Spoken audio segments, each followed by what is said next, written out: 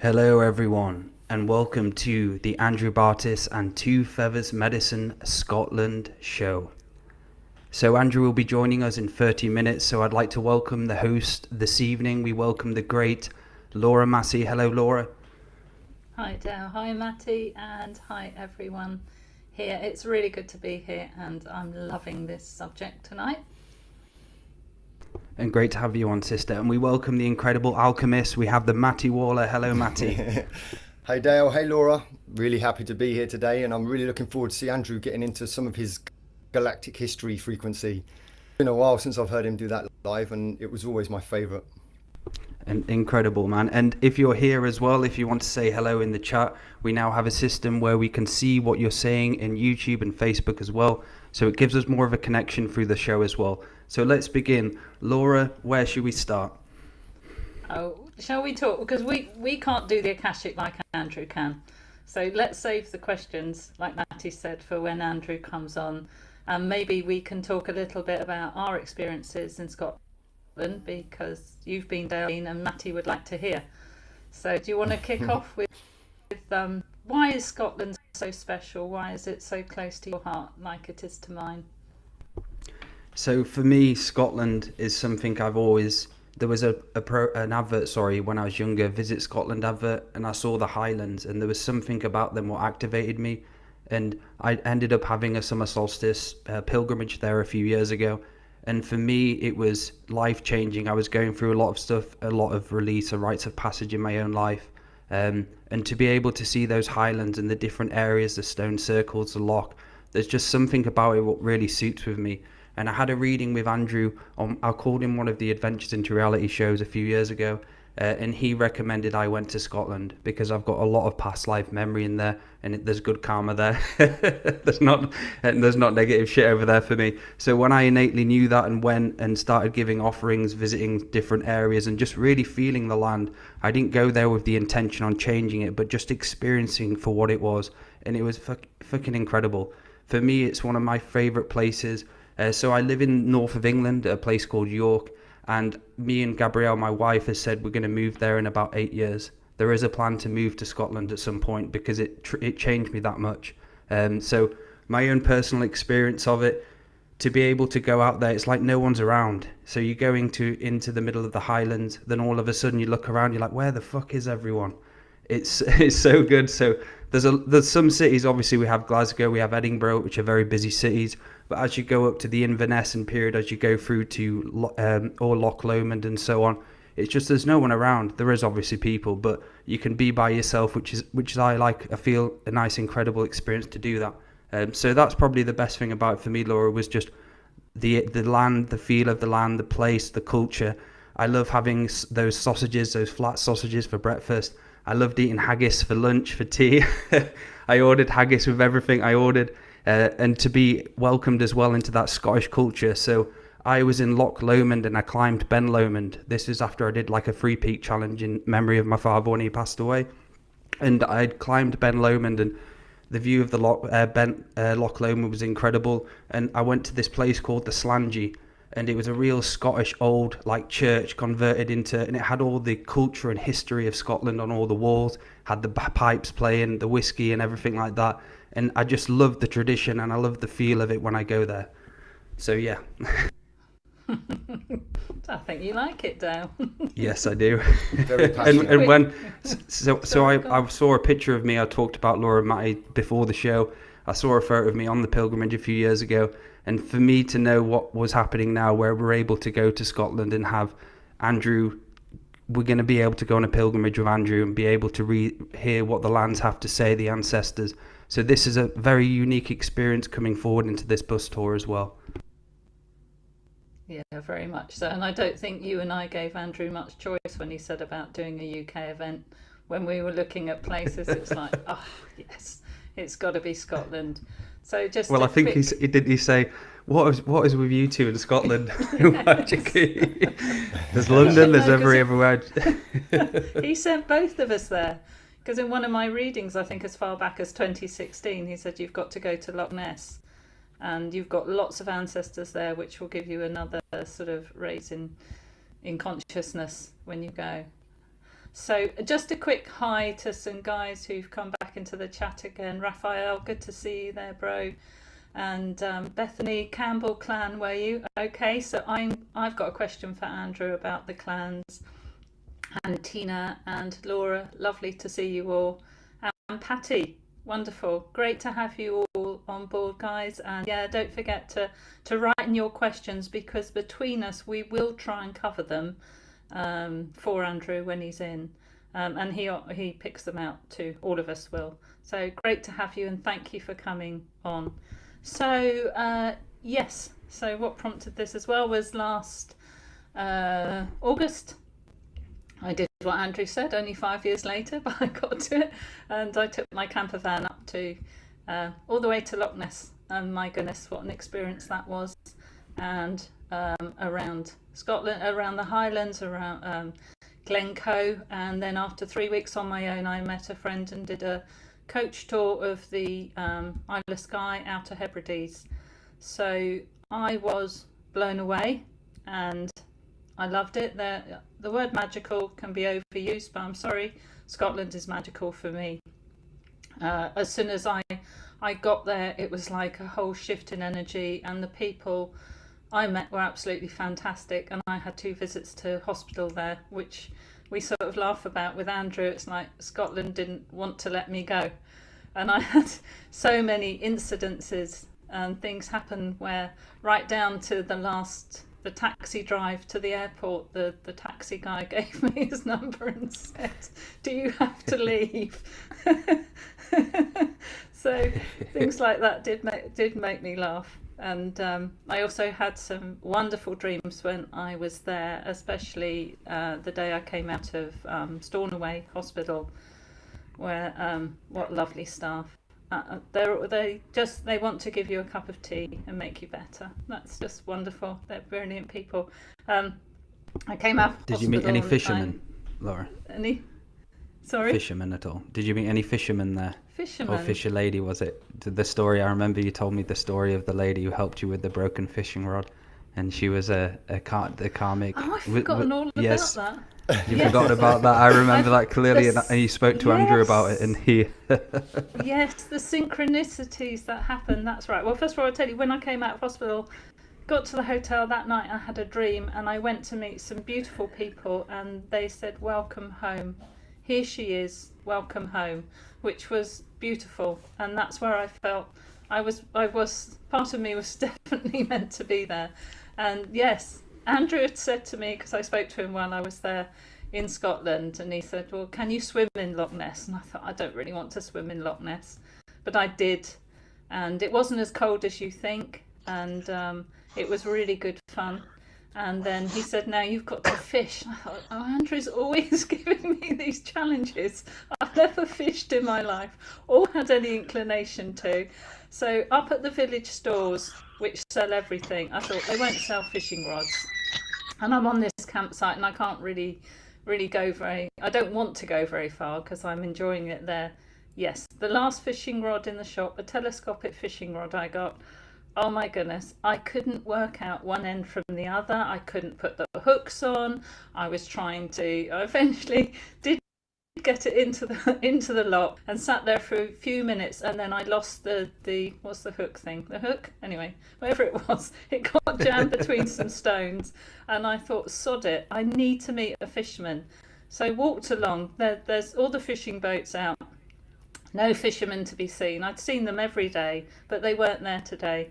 And then a lovely lady sat on the end of the pontoon, spied my fishing rod that I was hiding under my cloak because I didn't want to be obvious that I was fishing.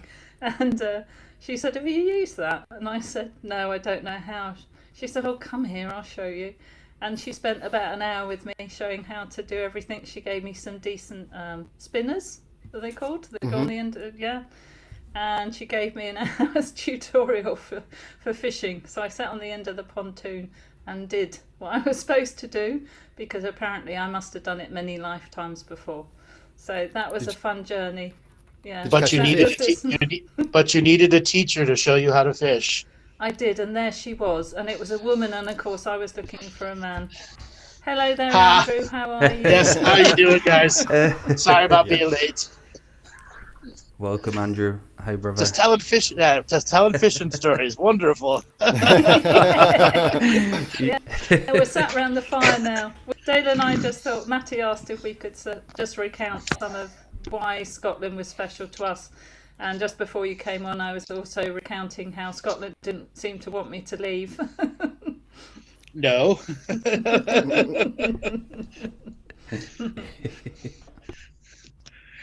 Well, ladies and gentlemen, boys and girls, children of all ages, let's get ready to rumble. Yeah. Yeah. And we're on Rumble. Yeah. Let's go. I know. Rumble on Rumble. And we're on Rumble.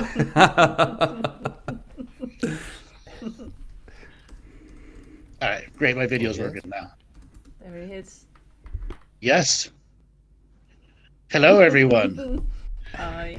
All right, so Laura has shared her fishing story. Dale, do you have a fishing story? I don't. I think the nearest to a fishing story in Scotland was when I went to Loch Lomond. Every morning I swam in the loch. I got up at like 6 a.m. and went for a swim in the morning and the evening. And this So wasn't you were a summertime. fish. Yeah, You so were I just was a a fish. Yeah. So there was, for me, so it was autumn time. It wasn't summer, so it was fucking cold. It was ridiculously cold. But it was incredible. That was when I went up Ben Lomond, which is a mountain just on the side of Loch Lomond. And yeah, it was a phenomenal trip. Wonderful. Maddie, you got any fishing stories? Well, I haven't been to Scotland yet, but my dad was a fisherman and continues to fish to this day. So it was very much a part of my childhood. Although I didn't have the attention span to just sit there silently and look at the water. So I ended up quite a lot of the time just playing with the maggots. And I just sit there with the bowls of maggots and play with them and bring them out and put them back in. And yeah, so I didn't really get to much fishing. Well, now that you're old age, you can end fish. I'm gonna have to maybe some quiet time. I think my dad does it. My dad does it really just for the peace. I think. The peace, the getting away. Yeah, exactly. Yes. We know Andrew's a fisherman. Yeah, I love fishing. Sometimes I go out to fish with no hook on the line, just a weight in the water. Okay. And you don't fish just in this world, do you, Andrew? No, I he fish in all the fishes worlds. dream world. We've caught him. Yep. All right, so let's get into our Akashic record reading. Akashic record reading of Scotland. Yes, let's. Where does thy want to start? Let me see Well, that. I don't see the chat room. Nope, that's the You can private see chat. the Hold on. Yeah, there's a few. I can see it. I can see it now. I got it now. Yep. You got it. Okay. Yeah. Well, we've touched on Culloden a couple of times. I didn't want to do too much of where we're going on the tour. I don't think. Are we stopping at Culloden on the tour? Yes, we are. So after we go to Inverness, we'll be going to Culloden, yeah. Okay. So maybe we don't want to talk about that one now. Or maybe there's so much there that we can just touch on it, because we have mentioned before that there's a womb chakra over Loch Ness area, and Culloden is north. Well, east. it moves. It first thing first. Womb chakras are not fixated to one place. They can move hundreds of miles north, south, east, and west. Okay. Based off of the passing of the season, the movement of the stars, the amount of energy that's charged in the environment through solar flares versus the geomagnetic actions going on underground. And the energy of the people on the surface also absolutely influences the womb chakra itself. Okay, so when Culloden was, would that have been partly to disrupt the energies of the womb chakra and to keep war on it? But then you could say that about any war, anywhere that there's a womb chakra. No, womb chakras are generally on the equator, just above or below the equator. Right. They're not necessarily at the poles, the North and the South Pole either. They're there where life force amasses. So wherever salmon go and amass, bears, fish, cats, dog, all that stuff amass around them. Wherever there's mass birthing, there's generally a womb chakra there. Okay. And that's how you can understand, is it a mass birthing place? Okay. And we Not just the fish, but all the other things that go with it cyclically. Yes, because we talked about this on another show as well, that is partly to do with the frequency held in the water from the crystalline held in the granite on the land.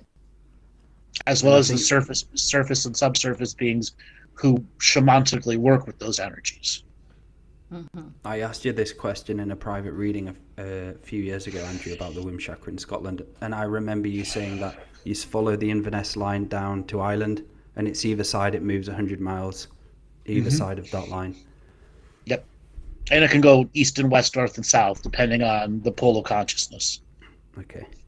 Now, when the water levels were much lower, Britain, those parts of Britain and Scotland were considered the highlands. They were tops of mountains. Like if you were to go to Machu Picchu, and the lake there, it would be like that, except the lower ends where, let's say, Dodgerville, which where when the waters were 300 feet lower, you had a tremendous amount of life force who would pilgrimage to the high areas. Okay? And then when the varieties of disasters and floods came, people retracted to those high areas. That's also why so many ancient sites are in those high areas, because that's where the religious of those eras of history would pilgrimage to connect to the stars. And I think there's a famous pilgrimage route, Andrew, on the top of Ireland going Kerry, going towards Scotland. There's a famous pilgrimage route, which was a Catholic. I can't remember the name of the guy, but I watched it on BBC the other week. About a few months ago.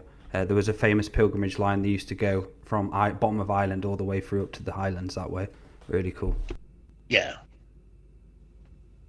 So there's two fault lines either side of Loch Ness. There is a graphic I put on, Joel. I don't know whether you want to load it, but these two fault lines, are they anything to do with the womb chakra? Are Absolutely. they related? Okay. So those fault lines represent plate interactions, which creates high amounts of electromagnetic energy at the fault line, underneath the fault line, and above the fault line. And that fault line will determine how much flow of energy is going to come through during the next mass birthing cycle. It's actually, you could actually say that area was been engineered for that purpose. Engineered by the dragons? No, by the Atlanteans, who understood how the surface of the world works, and they were split in two forms: high science and natural living. And high science and natural living came together to form the continents and the technology that was underneath it, so you could have these mass birthing places, encourage the womb chakras to stay active for extended periods of time. And which is why it is talked about that Atlantis did cover a lot of the area of Scotland, the UK, northern France, and so on. Well, Atlantis was an empire. It wasn't one city. It was a worldwide empire. But there was a mass, was there not, over that area? Yes, but those were the religious natives versus high science people there. Okay. Remember, Atlantis was again split into two ideological camps: high science and the faith to high science, and the extreme natural living, which understood there was a science in faith also, which allowed them to be master agrarians, masters in animal husbandry, as well as DNA manipulation through the natural journey. But the two would come together during whatever the planet was heavily attacked and had to go through a regeneration of its surface world, they would be able to work together, and they could regenerate destroyed continents in months, not decades. Yeah, so Atlantis was more a culture. Yes, a culture that wasn't limited to this planet. It was in fact on hundreds and hundreds of other planets. Okay, and did the Druids pick up a lot of Atlantean culture in their methods? Because when you're talking about how they operated, so the Druids would have been a long distance offshoot, just like the Egyptians were the holders of the culture when Atlantis fell. So yes, they would have picked up more of the natural living side and not the high science side. So for Lemuria, because that was more of a well-balanced, I'd say, society, wasn't it? With the technology not kind of overlaying the actual spirituality. Well, Lemuria was an intergalactic level culture that attracted thousands, if not hundreds of thousands of cultures to come and share their philosophy, wisdom, science, and technology here, which is a mass education place. And that's what made it a massive target by many of the other aggressive species who wanted that number one slot. So did Scotland exist at that point? Sorry, mate. That's okay. Did Scotland exist at that point? Yes, but the ocean levels were much lower. So imagine, Britain and France all really one mass territory with rivers and massive rivers and lakes between them and not giant oceans. Mm. Which is why I think we said before, Matty, on another show about there must be as much to be found under the ocean now as there is above. As below, so yes, as below, so above, and as below, so below. You know what I'm talking about. And it was at Orkney Island as well. That was actually the top of the mountain where that standing stone was, isn't it? Yes. Yeah. Now, standing stones at the top of the mountain were something very specific. It was a leap-off point where those that would pilgrimage to that place would amplify their spirit to go to other realms, places, and spaces for long-distance journey and traveling.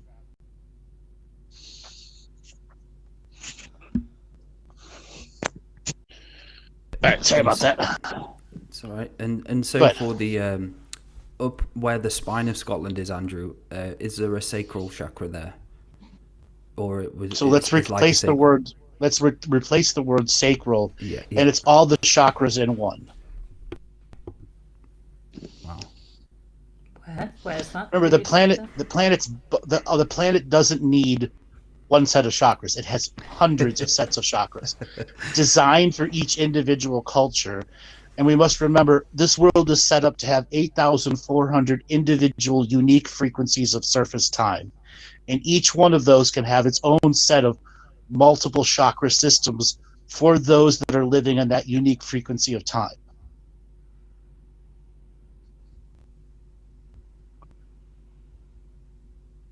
So that would be a very special site back in the day, a long time ago, for people to pilgrimage to that point. And sure. I think you mentioned the Picts did that a lot. It would be also a place of high technology and high spirit technology too. And has that to do with the crystalline content of the granite?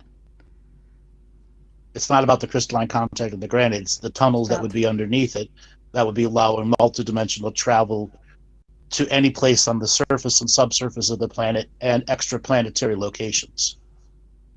And would that be what places like Fingal's Cave would be for? No, Fingal's Cave is a very different, unique purpose. It's where the subterranean world allows oracles to exist, so the surface and the subsurface people can learn how to get along with each other, how to grow with each other, how to share individual conscious concepts such as spirit versus technology. It was a medium place in which surface beings could raise their frequency and enter the subsurface world for a shortened period of time so they could experience a higher density world in the subsurface versus the surface, which is a unique 3D world, even though it could have all the other worlds layered onto it at once. And it's a matter of perception and our ability to be multidimensional perceptive that allows us to surface travel many places simultaneously. So that wouldn't just apply to Fingal's cave then? It could apply to any Correct. cave? No, not just any old cave. No, not any cave. Okay. Fingal's cave is a specific place, like Delphi was the place of oracles. Oh, okay. All right. And are there other caves in Scotland that have the same technology? Yes. And operate for the same purpose? And are they just particular to Scotland as well? No. So oracle caves exist all over the world. Oracle style caves exist all over the world. They're not common. They're definitely rare places because it's the makeup of the place that will determine what its bigger use is.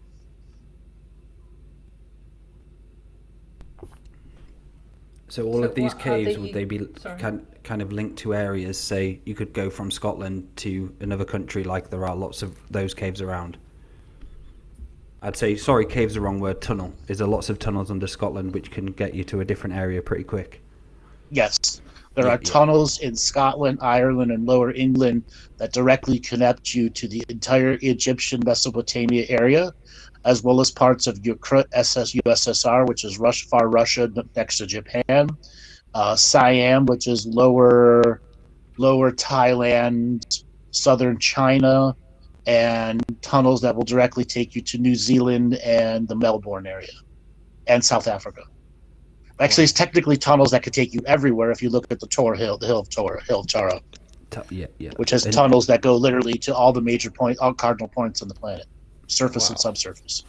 So a question about these tunnels then. So were these tunnels dug intentionally, or were they from the Earth's creation? Yes, they were built they were built absolutely intentionally, because remember, this is the most fortified planet in several dozen galaxies. And in fact, at one point, it was the most fortified planet in existence. Wow. And why was it fortified? Because it was under attack all the time. But that was the Lemurians that created, and it was the Atlanteans that took it to extreme levels of fortification, physical, non-physical, seen, unseen, etheric, everything. And they needed these tunnels because of the mass levels of fortification, which allowed them to travel as a hub of connectivity internally. And that's why even these tunnel systems are so heavily protected, because if you do get access to them, you get access to the whole world, inner and outer.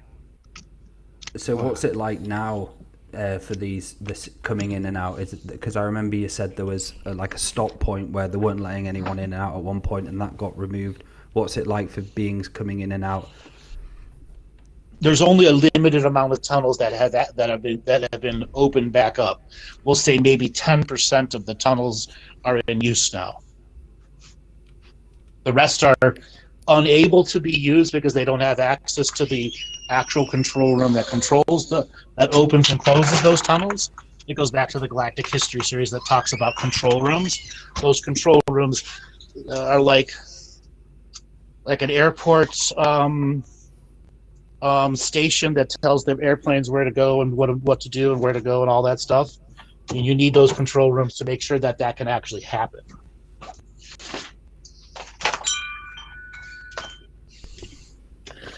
Sorry about the moving around. I needed to go outside and I need to plug my phone in while I'm doing this. All right. So a question from... All right, here. Sure. Okay, yeah, so thanks, Lana. How old are the tunnels? We probably covered that. Or when were they built or created? From the majority of them were created by the Lemurians at about 41 million years ago. Wow. Yeah, we'll just say around 41 million years ago. And then the Atlanteans did their final mass tunnel creation around 22 million years ago. Pretty old then. Yes. Yes. Ancient.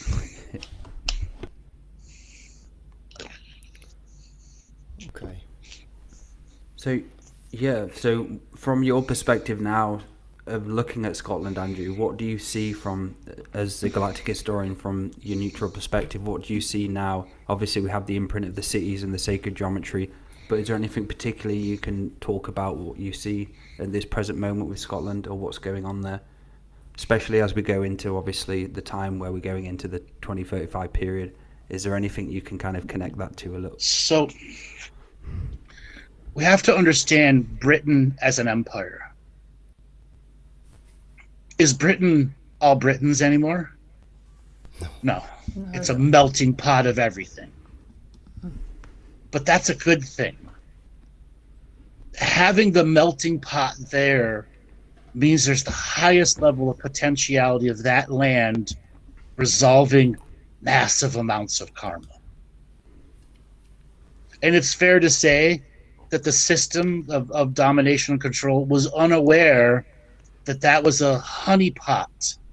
They only wanted Britain to become a mass empire like that would allow the land to do what it was going to do in its own secret format.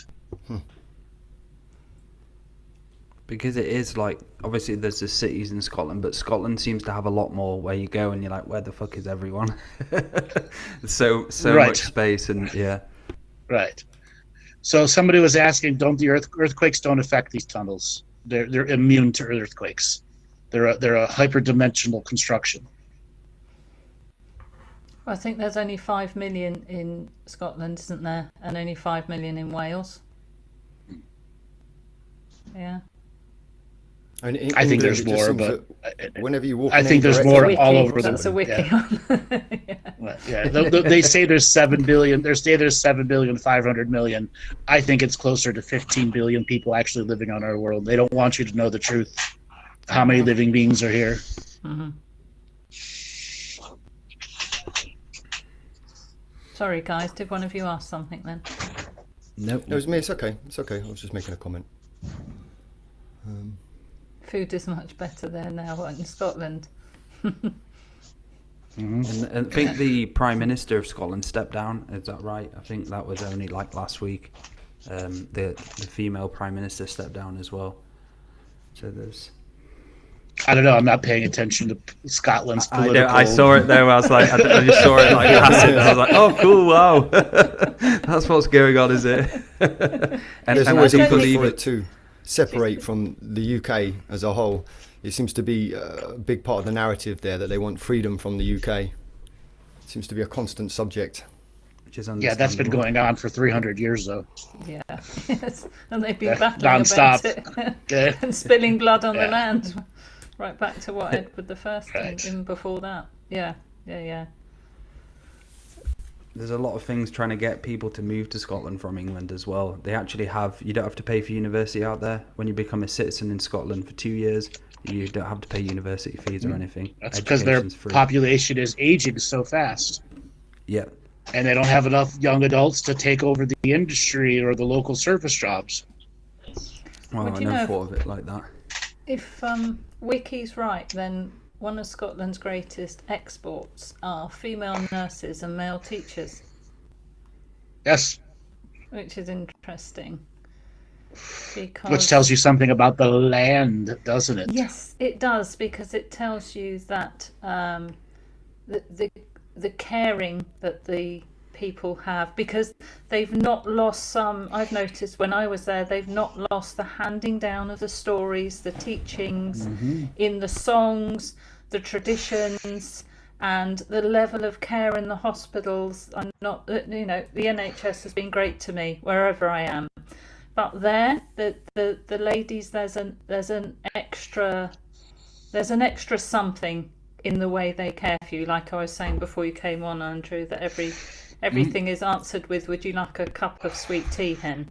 And they call you hen. I can't do the Scottish accent. I won't try. Go on, give it a go, please. Go on. No, I know both you can do it. I know you can do it, so you can do it. But yes, and the teaching will be is that they still retain that energy within themselves. The working closer to the land. And Well, you I can think feel as it there. well, It's not been knocked out of them quite so much.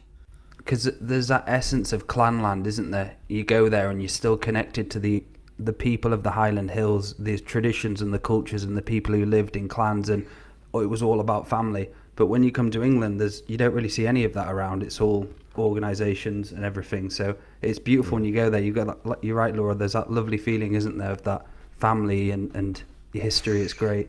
And people still have the clan names as well, don't they? Lots of people still have those. Yes. Interesting about the clans, Andrew. So they would be a modern take on the older clans, the ancient tribes.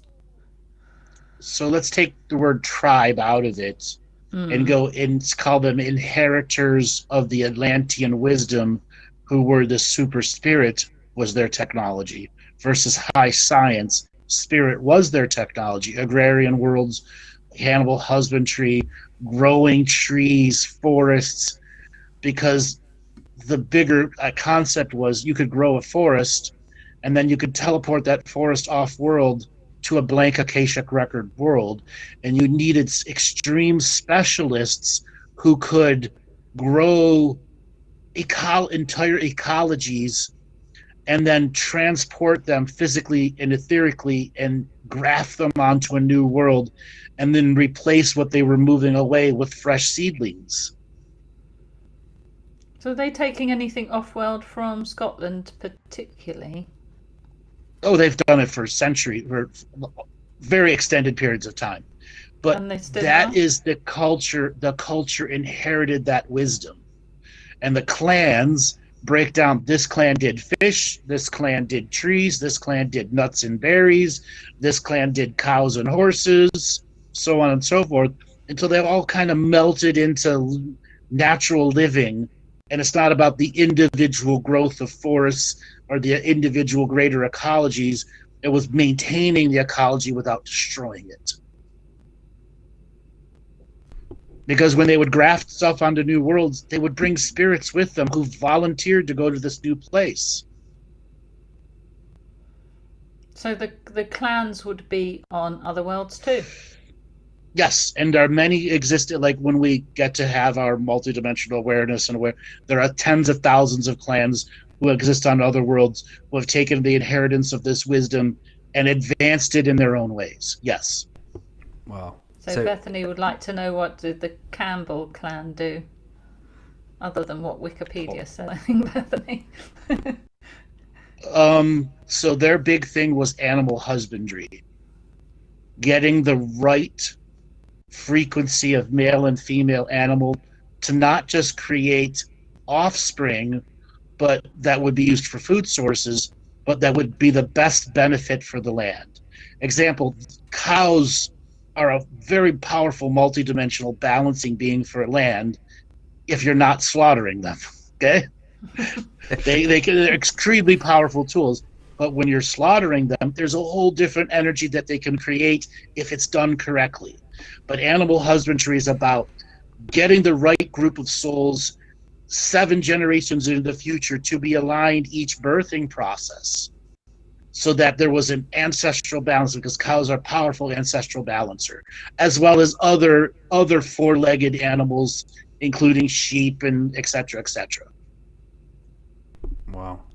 So they want to give us, so the history, what we see now, they want to give us the impression that the clans were all about battle and war, and that's kind of imprinted onto us. But what you're saying is the true essence of the clans is much different. It's natural living. You take the battle and the war away, they were all about natural living, yes. And the great journey through hairy it. balls. Yeah. Cold balls, sorry. Wrong words. So there's to flip the frequency on that, there is a stereotype within England where a lot of Scottish become alcoholics on the streets, and it is actually something that you do see quite a lot. Is there some sort of energy there, because they're quite renowned for it? Sure. Same thing in Native American cultures here. Right. They called it and fire the water. Aboriginals in Native Australia Americans as well. called it exactly. Why?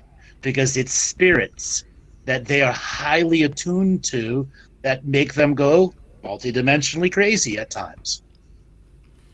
They used to drink frequently, but 1.1% alcohol by volume. You could have 20, 30 of those in a day, and it was great energy booster. It's like having a cup of coffee with sugar in it, but it was positive sugar for you to process. Many indigenous cultures fell victims to alcohol because that alcohol was actually haunted. It was created in such a way that it was toxic spiritually. Yeah. Wow. Yeah. And so for the society like the Picts, when you're saying that the other beings came here, did they physically coming to the 7th density planet or 5th density, whatever it was? Or was it they here as energy beings coming into the astral world and going through that kind of process? The Picts were actually a subsurface group that was cultivated over thousands of years to grow in a subsurface environment with the intention they would bring them to the surface environment. Think of it like as an antibody, like humans have antibodies to stop certain types of thoughts, concepts, emotions. The Picts were an antibody to some negative stuff on the surface world. Wow. Is that Old Manor store that It's Joel's so just beautiful. put up for us? Yeah. One of the places Look at it. we're visiting in Glencoe. Another place of pilgrimage. So Yeah. is there any pyramids amongst any of these, Andrew? Are all over. Pyramids all over the world. Yeah. Quite literally, all over the world. In fact, what was it? The last estimate just by the archaeologists alone, there were 4,000 pyramids on the world. I would say there's closer to 250,000 on the world. Wow. So you'll be able to spot a few in Scotland then, Andrew? Yeah. Well, no. Yeah. Yeah. That's so cool. Just like the Bosnian people realized the mountains in Bosnia were actually giant pyramids. Yeah. Okay? So the castles, because I think there might have one time been about 3,000 castles in Scotland. So other than the obvious fortification, is there any, what would the unseen side be to castles? So let's go to, let's say, 280, 270,000 years ago. Fortifications were created because they would assemble a consciousness, strength, and faith that could be turned into a weapon. And many modern fortifications that were grown in the Middle Ages or Dark Ages were just built on old fortifications because it was a place where consciousness could be focused into the defense or offense of a land. And many of those places, original fortifications that were like 280,000 years ago, there was a actual weapon system in the underground that could fire at above ground and orbital based ships in and out of different vibrations.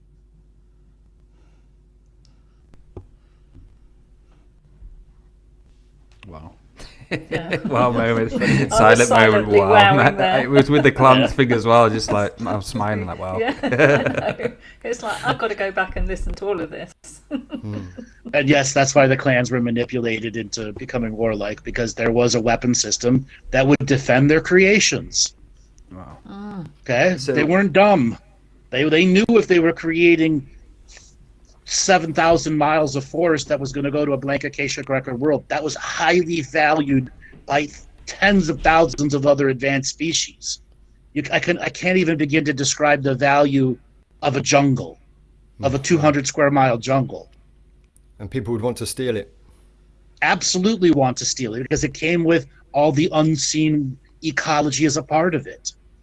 Well, you used to have all the wolves and all different types of animals, didn't you, in Scotland, walking around at some point? Even down to the Buffalo, everything. microorganisms in the dirt too. The complete food chain. Wow.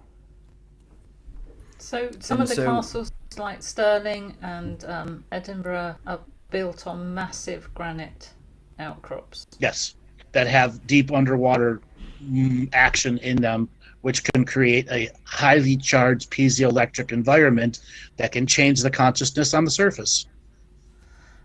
Would that apply to Balmoral? Because she told me to go away and find out for myself. So what I did is went and got a map of the land mass around Balmoral, and over that side in Aberdeenshire, there's the islands. Yes, like out Hebrides and all that are the granite, basically, the Lewis and granite.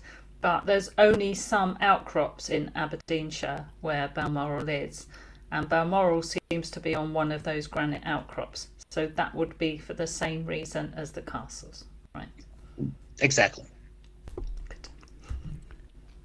So I've been following a group on Facebook called the Pick Society, where they do like webinars and stuff about the picks and what they find in the Highlands and stuff. And what they found last year was a Roman belt in one of the famous pick sites. So a question for you, Andrew: when the Roman Empire came into Scotland, was one of their reasons for coming in obviously to expand the domination, but to take out the Picts? Was that one of their kind of missions in a way? Or was it another society which took out the Picts? A whole nother society that took them out. Okay, yeah. So... Picky Picts. The Picts were an antibody, meaning the baby raping lizard wizards did not want that antibody. The Romans didn't want it. None of the aggressive territorial command groups wanted them, because they shared something that was so powerful and unique that made them high faith warriors, and high faith warriors are the most destructive thing to have versus empires that have no faith. So I'm going to ask a question on behalf of Dale now, because Dale loves the Picts. Was Dale a Pick? Is Dale a Pick? No, I'm not. He was picked. He was picked to be a pick. He was picked. He must be. There's something He's definitely got some picky energy in him. He definitely has. I know he waited a while to ask the pick question, and then there they are. So I'm going to tell you the story of what. So when I first heard about the Picts, I've heard about them in other things, but I watched. If you go on to Andrew's page on the YouTube page, and you look back at the Picts, and he talks about how they were taken off this world and so on. And for some reason, it really connected to me. I don't know whether it was the Picts or it was just Scotland itself, but I watched that quite a few times, and yeah, I love the Pict questions. You have to understand why the Picts were taken off. They became such a powerful antibody that the system realized, I can commoditize them, and they did. Okay? So there are plenty of other worlds that needed this energy too. Okay? And guess what? The good still won out by having the pricks spread to the stars and beyond. They started here and made a huge impact here, and they still have lots of DNA all over the world here. They absolutely made an influence here. So much that the system realized we can't allow that to happen again. Therefore, there are things that we must settle in our journey, or the Earth will create these antibody systems again. So they were naturally spawned from the Earth itself. Well, they were, again, created in an internal subterranean world and uniquely trained as souls and spirits to be able to handle what was coming. Wow. And a lot of them still above the Highlands in ships, I'd say, waiting for our graduation to come back. Not really, not like that. I mean, they're out there. They're out there. Just like there's Native Americans and South Americans and dreamwalkers from the different many indigenous realms who are waiting for us to come into our power. They're out there, but they're not in ships floating above the space. No, they're in the outer realms. Wait, and just ready to jump down. Hi, guys. 2035, the first day. Hi, motherfuckers. Exactly. So somebody in the chat asked about the rings of Brogar, but I don't know whether you want to save that, because that's another one. That's somewhere we're going on the tour. Rings of Brogar. Let's just simply say that's a fascinating story where high science had to come in and help the Earth, the lower science spirit people, because of a sickness, a psychic sickness that was spreading amongst people, kind of like a blight that would affect trees, but it was affecting the living of the beings of this world. And it was something that was a weaponized energy from another world that was brought here that was killing the connection to land, and high science had to solve it. And the rings were a way to spread that energy mass amongst the world. Wow. This is stuff, guys, that, as you know, you never read or hear anywhere else but from Andrew. Oh. That's what I do. Yep. You ain't gonna hear it. You ain't gonna hear it on on you know what I mean. CNN. Yeah, you're not gonna hear it on CNN. So we lied, guys. This is the full coverage of what really happened. We have Andrew on the show. Hello, Andrew. Well, Don Lemon, you're an asshole. That's the first thing I say. You are fake news. Goodbye.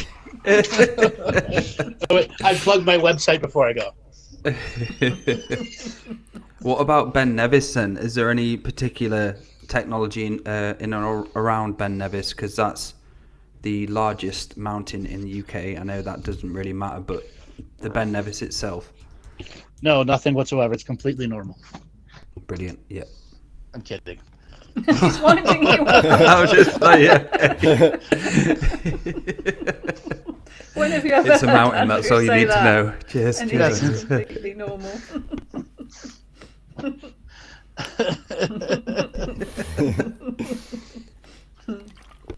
So Andrew, when I was looking on Wikipedia, there was a section about certain things that had been found that could not be dated.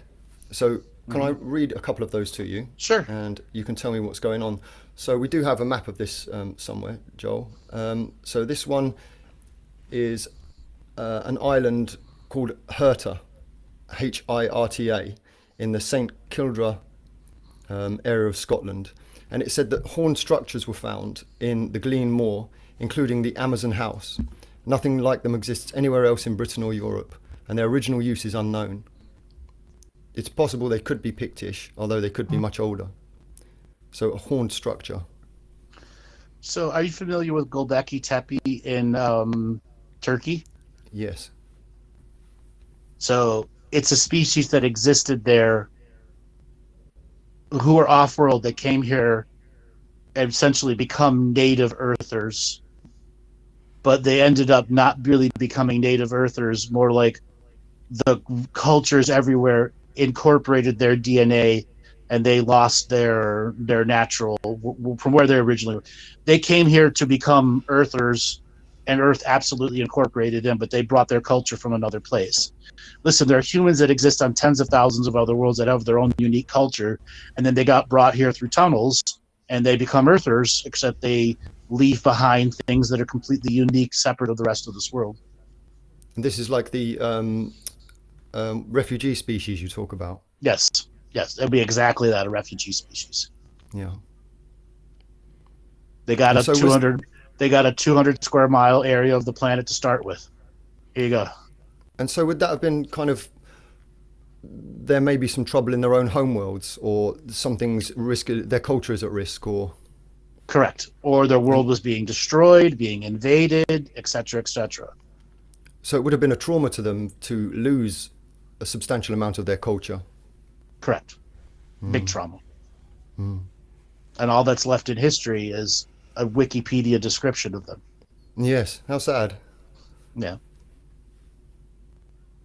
And So it'll what take was the the horn structure itself? communication center.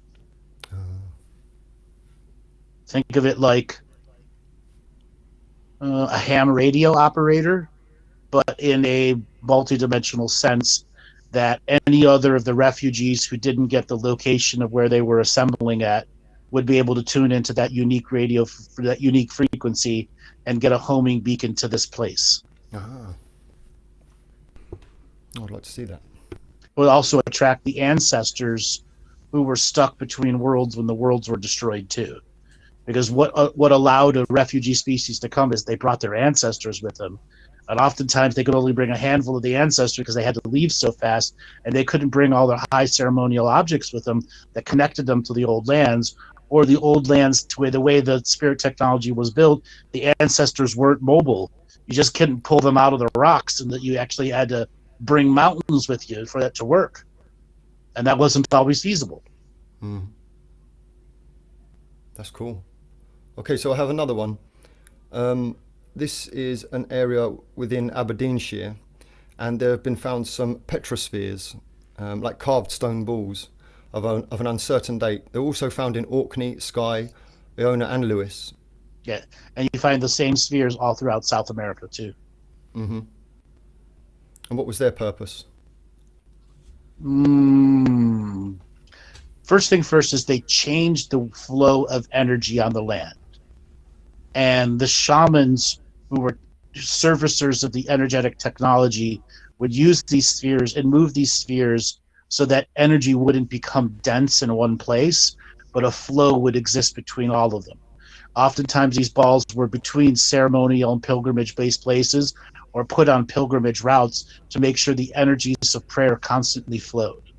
Beautiful. Beautiful. Is there any technology that's totally unique to Scotland? Because most of the technologies we've talked about can be found all over the planet. Has Scotland got any unique technology? It did, but it's already been spread to the rest of the world. So it started and that would in be Scotland. It would, again, not necessarily. Remember, Atlantis was a worldwide and multi-planetary society that extended to thousands and thousands of other worlds. So Scotland itself, like I said, it mastered. They were the spirit side of technology. It was split. The society was split into high science and high spirit, but science and spirit could regularly agree and work together.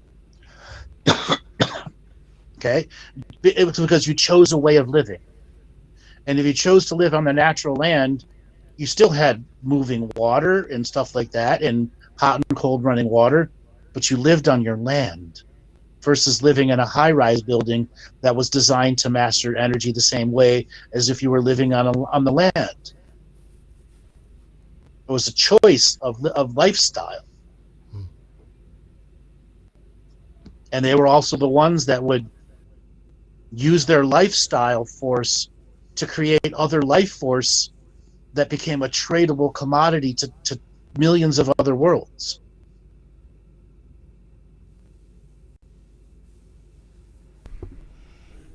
And this is something I think we forget when we talk about Atlantis and Lemuria, is that they were star-faring societies. Yes, they had absolutely. They had free roaming capabilities.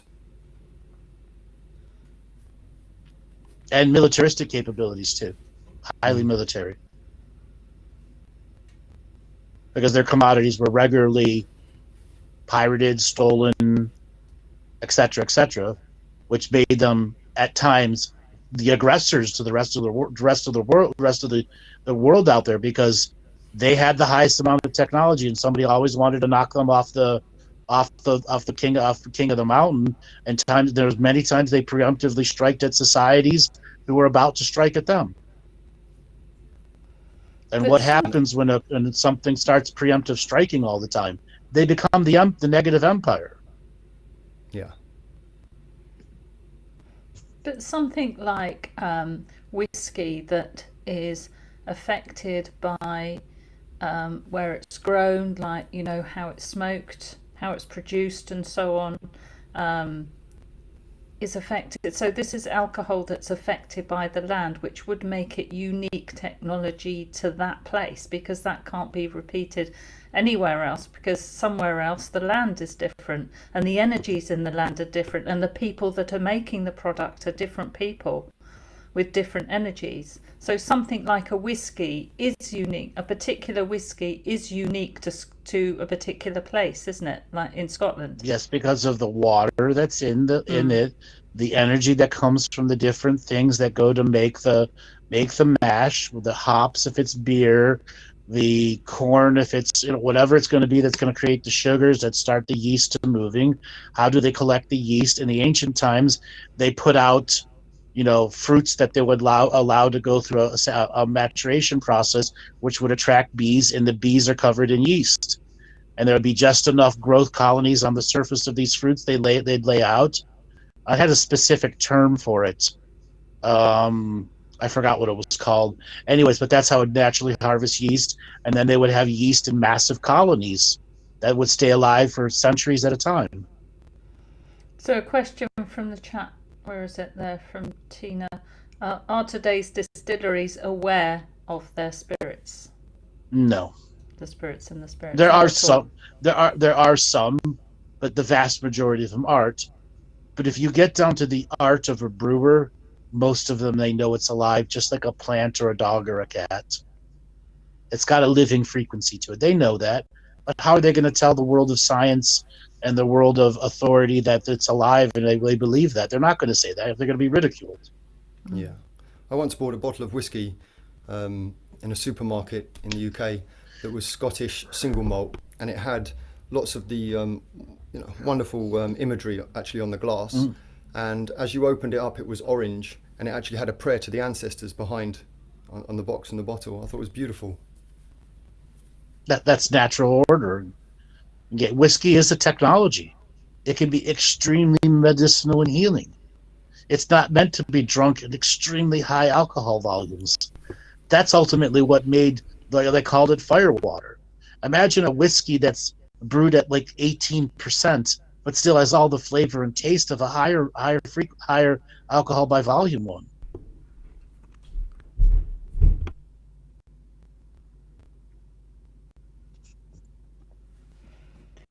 So for drinking whiskey, Andrew, has it been around in traditions for a while? Because I know, like you said, in France, when they had the wine brewers and had all the cellars with all the wine for ancestral balancing, was it like that in Scotland more a while ago, where they had lots of whiskey just for that ancestral balancing and working with the land instead of people drinking it? So whiskey is a more of a modern magic than it is an ancient magic. Even though they were able to brew hard alcohols back then, they didn't, because there wasn't a culture for it. Okay? And the majority of distilleries versus beer brewing, which is a completely different journey of making the alcohol, is radically different. And it was a way to, if you're doing high distillery, it was a way to store energy. Okay. So let's say you had a particularly powerful harvest and a lot of excess. They would then store it in a whiskey or a distillery type brew that they could draw that energy on during harsh times or needing it to make aggressive counteractions to an invasion. It was a way to store energy. Okay. And immediately access it, as well as balance the ancestral energies too.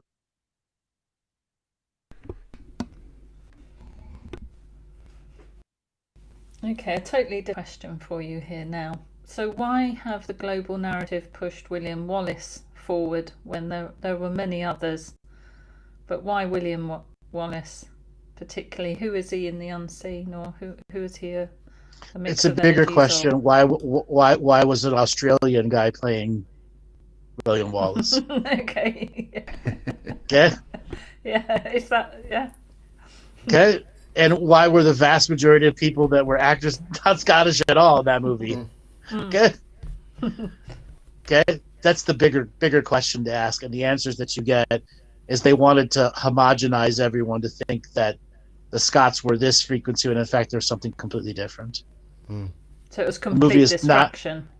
No, it's Bending of the truth. a bending of truth in such a way that the visual productions of the movie took away from the truth so much, because the visual acuity of the movie was so unique, the violence that was in it. And truly, that movie was an extremely violent movie. And there's the bigger thing about that. The Scots, they were not violent like that. They became that violent in response to what was being done to them. That's interesting, because it was. There's also legend that William Wallace himself was actually a negative person as well, and a rapist and things like He this. was. This is something else. He was. He absolutely. You got to realize, when they began their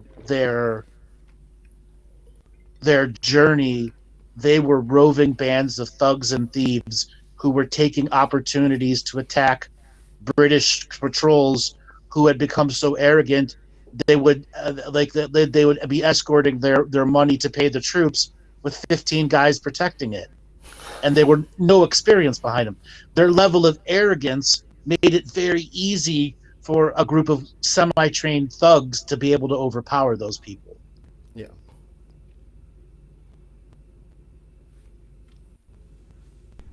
So what about the Jacobites? People are then? asking, can we still use whiskey ceremony? Absolutely. Create your own. Or find stuff that's created in a unique positive frequency, and any bottle of alcohol could be you could add energy to it. That's what its purpose is.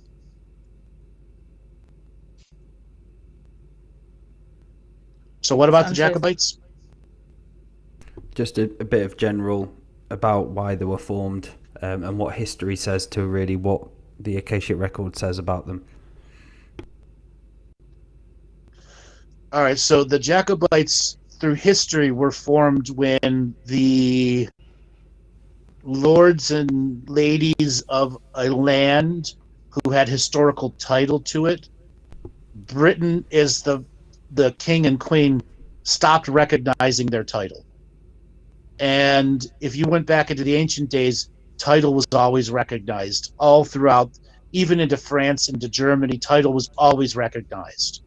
They stopped recognizing title. And the Jacobites became an organization of people whose title was no longer recognized, and they wanted to force recognition of their title back. Wow. Title meant you were connected to the ancestors, and if they took your title away, that was magic, dark magic being done. Which is kind of the position that we're in mainland England itself, because it seems like the other cultures around us, Ireland, Wales, Scotland, still seem to retain some of their ancientness, some of their tradition, whereas in England it doesn't really seem to be the case.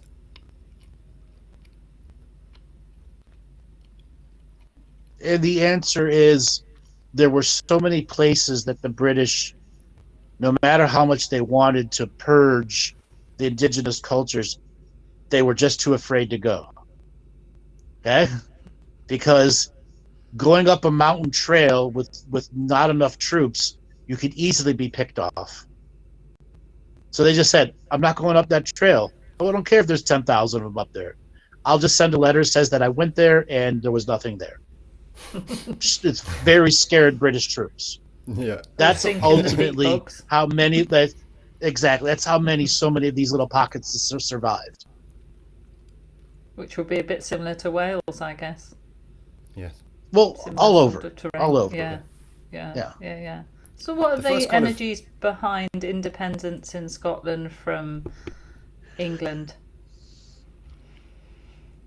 Well, that's natural. I mean, they Yeah. were embracing dark magic and evil of the Catholic Church, and they wanted to live a non-Catholic Church life. Okay? That's why. Mm. They didn't want to take the forced religion. But that still, I was going to say, prevails to today. How long ago did we have the vote for independence, guys? Was it a couple of Long years? time ago, I've lost but- track. Are Scottish people allowed to practice their religion openly? No, they're not. Mm. They are not. We've got a lady. Ask who lives anybody in Aberdeen. Ask anybody I in was gonna Scotland. say. Can they practice non-Christian religions openly? No. But, yeah. Okay? There are laws dating back hundreds of years that stop it. The same thing was done to the Native Americans here in America. Yeah. They weren't allowed to do their religious ceremonies. Yeah. They were outlawed in law. Mm. Which probably goes back to Henry VIII, if not before, doesn't it? Yes. Mm. Which is, I remember you saying something, Andrew, about that.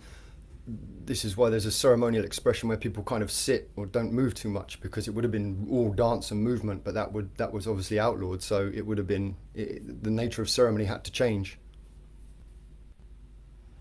So what Had to about the change, energy- yes. The energies of the bagpipes. What do they sound like in the unseen? What sort Like of bagpipes. Okay. What So do bagpipes they sound are not- like? They sound like Like bagpipes. bagpipes.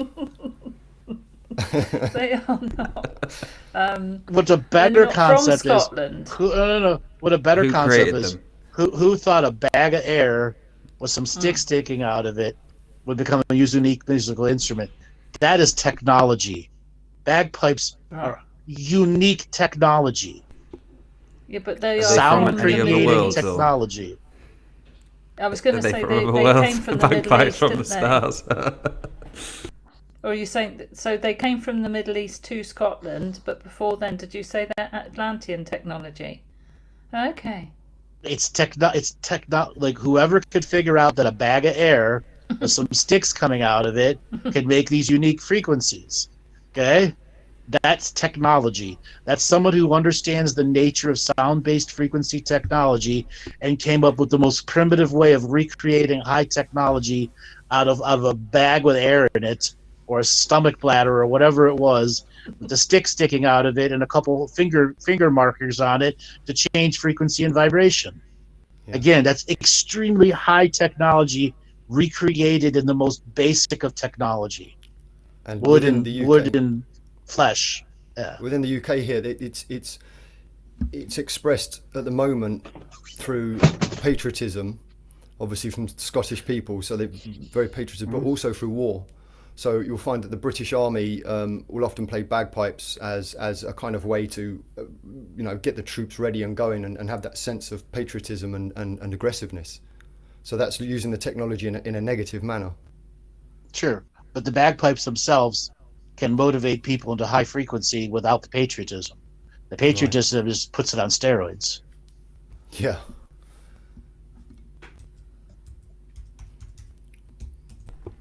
Okay. Atlantean technology, that's so cool. The pipes, I'll never look at them the same again. So, You're just bag of air, you. Bag of air. But ultimately, it's to raise consciousness, yeah? Or for healing? And to alter, as well as to alter the land. So bagpipes, if you were to look at them as a non-military based technology, they are a land improvement technology. So sound can improve the fertility of the land, allow the animals to have high fertility, to have extremely potent growing seasons, to control the weather too. So And it wasn't just one lone bagpiper; it would be 4,000 or 5,000 bagpipers Wow. marching or pilgrimaging from one side of the planet to the other, or one part of the pilgrimage route to another, so that those energies of the land were also awoken by the vibration, sound, and frequency, and the bagpipers would have drummers who would associate with them too.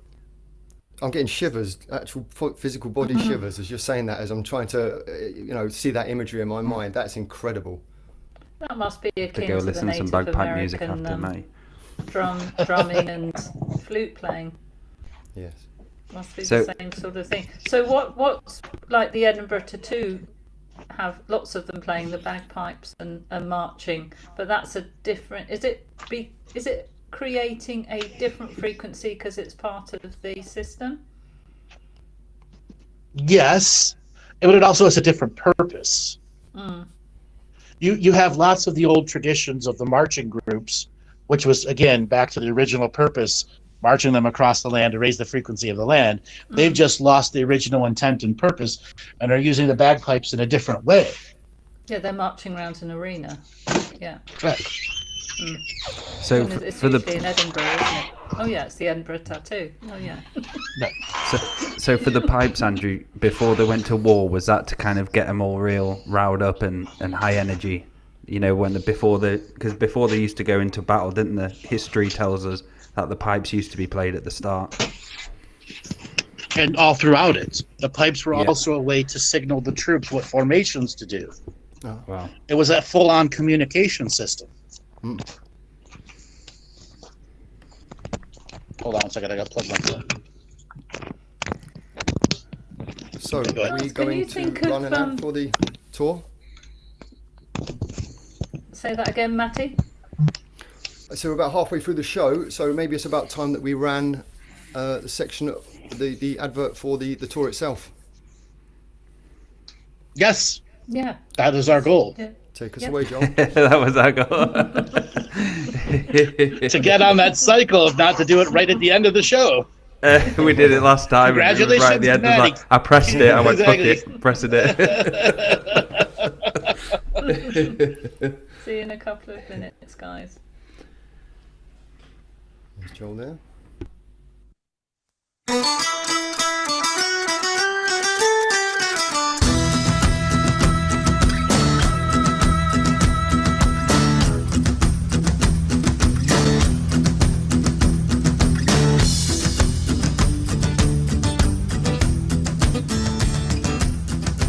Welcome, everyone, to the Scottish Highlands Galactic Historian What's Your Purpose tour. You're asking, what's my purpose? Your purpose is to go on this tour and discover the mystical, magical highlands and lowlands of Scotland. We'll be going from Edinburgh to Kirkwall, Inverness, all over the Scottish lands, as you can see on our incredible map. So I want to bring in Dale to talk about what is going to be included with this trip. So what's included on this What's My Purpose tour, we'll get a chance to meet Andrew Bartzis, and we'll be able to ask him what our own purposes are, and we'll be able to ponder and try and figure this out in 10 days. And each and every day, we will be driving, and I will be talking about the histories of the places that we are passing and going to. And a part of these attractions are what we are including in this tour to make it the most memorable tour I've ever been on. Dale, what are the attractions and everything that's included? A Scottish driver and also a guide. You'll have your own very luxurious Mercedes-Benz coach as well. It'll include all transport and ferries, 9 nights accommodation, and 9 breakfasts, and also dinner included as well.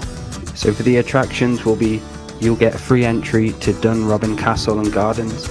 You'll also be tasting the fine whiskey at the Highland Whiskey Distillery tasting, where you'll be able to see the spirits being made and created. And we'll be also getting entry to Scarabray, the Garrigan Black Houses village, Callanish Standing Stones, which are so famous throughout the world. And we'll be also going entry to the Armdale Castle and Gardens, where we get the chance just to relax and walk around and just enjoy the scenery and the outside and the history. Also, we'll be going on a half-boat day trip to Stafford, and we'll be also going to entry to Iron Abbey. This is your opportunity to take the pilgrimage with all of us to the Scottish Highlands, the 10-day bus tour around the Scottish Highlands. On the first day of the journey, of this 10-day journey,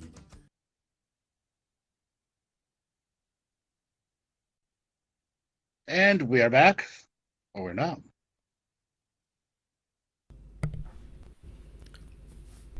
Hello there. Are you alright? You like? Hello. You alright, Paul? Hello there, everyone. Are you alright, Paul? You alright?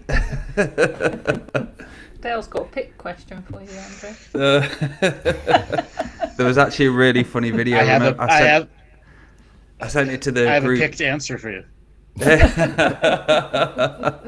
I sent it to the group of that Scottish guy who saw a killer whale in the loch, and he's like, "What the fuck are you doing here?" In his Scottish accent, like, "Go on, fuck off." Get to fuck. Sometimes you can barely understand it. So, Patty, I think you were asking a question, and Andrew's going to deal with that, talk about that on Friday, in the Friday show. Tomorrow's show, Yes. in fact. It's tomorrow, yes. All about the UFOs, etc., what's been happening will be tomorrow. But thanks anyway. And do you want to talk about Findhorn, Andrew? Sure. What about it? Andrew, will you talk about Findhorn, You know please? you have to ask questions. That is You actually have to ask the questions. question. You know how I work, right? Don't come with the salad, Laura. Got to get some quinoa for the salad as well. Siva, would you like to formulate that into a question? What you particularly like to know about Findhorn? Because I just got the impression it was a bit over love and lighted, but I could be totally wrong. Oh, it's totally over love and lighted. That's why I actually have to ask a question. That's how I work, remember? Yeah. Someone's back from dancing the jig. Yeah, I suppose all the Scottish dancing and that is just like any other of the land Traditional people. dance culture. Yeah. Yeah. Mm-hmm. Yeah. To create certain energies. Mm-hmm. But just like the rain dance. So this isn't a question, it's more of just a statement, but excuse me. I remember when I was young, the first exposure we had to Scotland as a mystical experience was the Highlander movies with was it Conor McLeod, and it was just such an amazing set of films that was, the soundtrack and everything with it. So was there any deeper meaning towards that film, or was it just really just made up? Yes, there is a lot more deeper meaning. The first movie is the only movie that should have been made. All those other ones were absolute total fucking garbage. Yeah, nothing. The first one was very much revealing the path to immortality and how certain beings in certain clans could gain immortality. And immortality was a very common thing. It's just not talked about frequently, where they could live 400, 500, 600 years. Now, as for the cutting off of the head, that's the ceremonial stealing of power. This is like ancestral cursing, but on steroids. Yeah. I love that film. Yeah.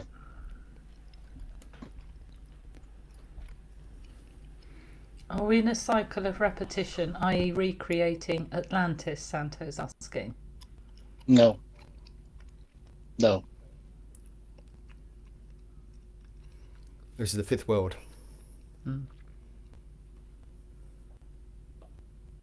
guys are breaking up. I'm not certain if it's I'm not certain if it's my connection or it's just breaking up. It might be. It's perfectly Is it fine Joel? for me. I don't know. Yeah, Andrew is a bit choppy. Let me turn off my video then. Yeah. So That should a clear it question, up a Andrew, little would bit. be, so for the natural living beings then, I'm not classing the two-legged kind of the animals in the highlands, what is it like for them, like today, like going in, you know, in the dream time and where they're dreaming and stuff like that? Because I know we're heavily suppressed with all the kind of signals, the Wi-Fi and all of that stuff there. What's it like from their perspective, the highland animals and their kind of dreaming mind and so on? That's such a light worker question. Okay. What are the animals like? That's Because you've run I out of remember pig questions. I remember a while ago you talked about the lion communities going through that change in their lion prides, going through like deep changes in their societies and stuff. It just a general question if there was anything, any little nice little nuggets there. Sure, but I guess all the major changes between the animal world already happened several hundred years ago, when the land was tamed and the humans were killed off, and those that were the true animal husbandry people were taken away. Okay? Yeah. So they've gone through their own set of traumas long periods of time ago, and now they just live according to the rules of the society and the secret societies and the spiritual societies, because that's their purpose. Incredible. Thank you for my light worker question answering. Appreciate it, Andrew. So I have another light worker I am question as loving well. mine. Then. So, is there any uniqueness to the elemental communities in that particular area as well? Because it really No. is because like Dale says, No. it really is. It really is much more wild than the rest of the UK. Sure, but there are wild places all over this world. Yeah. The elements are a static frequency. And are there unique elements and elementals to this world? Sure. But they're pretty static all over. It's what makes the planet solid and real. That's why elementals are elementals. They help keep the static of the reality going. That makes sense. Are they there in maybe larger volume? Quite possibly, because of the areas of places of power that still are somewhat functional places compared to places that have gone completely and totally wild.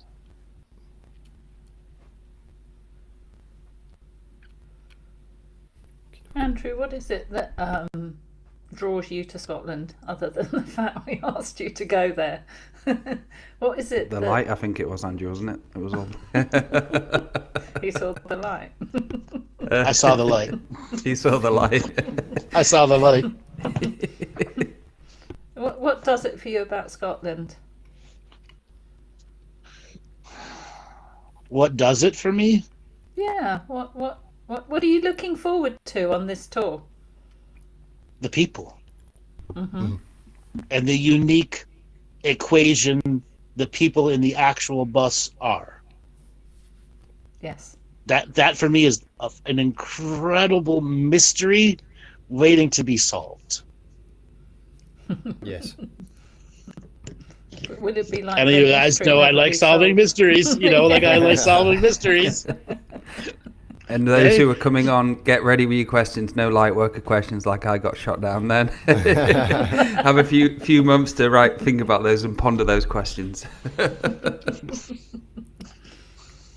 And there's plenty of techniques to prepare for pilgrimages as well in some of the previous material. So that's something that everyone's going to need to think about. The preparation for a pilgrimage is something you got to take sacred in your own heart. And by doing that, it'll make a difference on the journey you're actually on. Yes, because all the energies that you input beforehand are carried with you on that. And it's like, almost like sending out the precogs, isn't it? It's part of the preparation, which gives you greater experiences. Yes. Is there anything particular you're looking, other than the people, Andrew? Any places that we're going that you're particularly interested in? Oh, that's a weird question to ask a Galactic historian, isn't it? Because you can just see it anyway. But is there anything that turns you on with Scotland, Andrew? It doesn't exactly work. I don't see everything. Everything. No. And I don't want to see everything. If I saw everything, there'd be no point going anywhere or doing anything. Okay? Yeah. It's the mystery of the travel and the journey itself. That's for me is the excitement. Is there something truly unique about Scotland? Sure, I've got my own shit to resolve there. Okay? But it's not all negative. Some is very positive. Do I need to tell everyone? No. No. Oh, okay, it's for me. Yeah. The fact that I'm going with you guys and those all that end up on the tour, that's the uniqueness of spirit going, here you go, Andrew. Here's a unique alignment of people. Now what? What can you do to expand and explore and go to the next levels with it? And I imagine there will be some very unique parties waiting for us in the unseen world as well. I'm sure that there'll be... Sure, oh yeah, there's plenty of unseen parties and keggers going on long before we get there. And our light language singing as well. And Dale and I were talking today about I was going to bring my flute and drum, and Dale's going to bring the drum. I think. The Saint Germain band are gonna. The unassociated. The Saint Germain band will tour again. There's going to be a date, guys. We're gonna all come together. The Saint Germain band. We're going to bring you something special as well. We might have some bands as well. Some of the people on the bus there. We might have a few more band members turn. Yes. So Laura Guthrie is asking, what will the collective group on the tour take to Scotland? I guess it depends on what the collective group ends up being. Who the collective group ends up being. Look at you answer your own question. I know, but you answered it. I didn't give you a chance there, Andrew. Sorry.